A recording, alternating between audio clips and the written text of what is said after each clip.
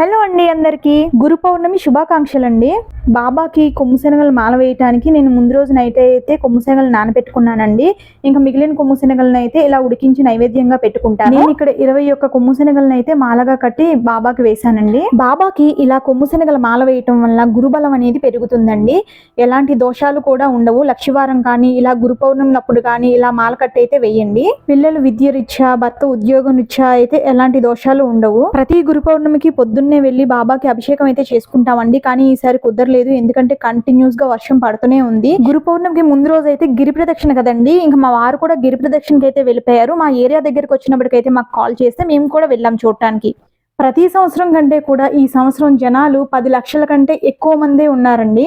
ఇసుక వేస్తే ఇసుక రాలదు అన్నట్టు ఉంది. వీళ్ళందరూ వైజాగ్ వాళ్ళే అనుకుంటే పొరపాటండి. ఇతర ఊర్ల నుండి వచ్చి తిరిగిన వాళ్ళు కూడా ఉన్నారు. ఇప్పటి వరకు మీలో ఎంతమంది గిరి ప్రదక్షిణ చేశారు?